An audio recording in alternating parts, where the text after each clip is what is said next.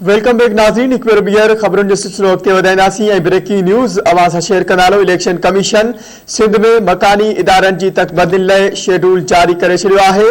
ज़रियनि मूजिबि नयूं तकबंदियूं 31 डिसंबर खां शुरू थींदियूं ऐं नयनि तकबंदियुनि जो अमल 24 मार्च ते मुकमल थींदो। एक भेरो ॿीहर अहम ख़बर के हवाले से अवां खे आगाह कंदासीं तो इलेक्शन कमीशन सिंध में मकानी इदारनि जी तकबंदियुनि लाइ शेड्यूल जारी करे छॾियो आहे। ज़रियनि मूजिबि नयूं तकबंदियूं 31 डिसंबर खां शुरू थींदियूं ऐं नयनि तकबंदियुनि जो अमल 24 मार्च ते मुकमल थींदो।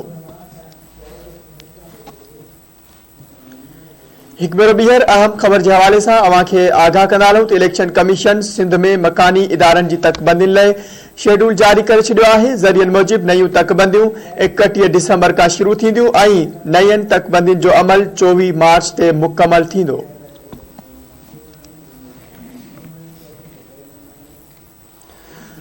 खबर के हवाले से अवां खे एक बार ॿीहर आगाह कंदासीं। ज़रियनि मूजिबि नयूं तकबंदियूं 31 डिसंबर खां शुरू थींदियूं ऐं नयनि तकबंदियुनि जो अमल 24 मार्च ते मुकमल थींदो। इलेक्शन कमीशन सिंध में मकानी इदारनि जी तकबंदियुनि लाइ शेड्यूल जारी करे छॾियो आहे।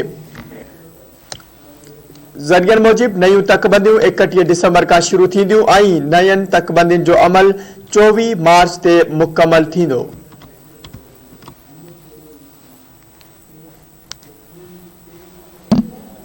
खबर के हवाले से अवां खे एक बार ॿीहर आगाह कंदासीं। इलेक्शन कमीशन सिंध में मकानी इदारनि जी तकबंदियुनि लाइ शेड्यूल जारी करे छॾियो आहे। ज़रियनि मूजिबि नयूं तकबंदियूं 31 डिसंबर खां शुरू थींदियूं ऐं नयनि तकबंदियुनि जो अमल 24 मार्च ते मुकमल थींदो।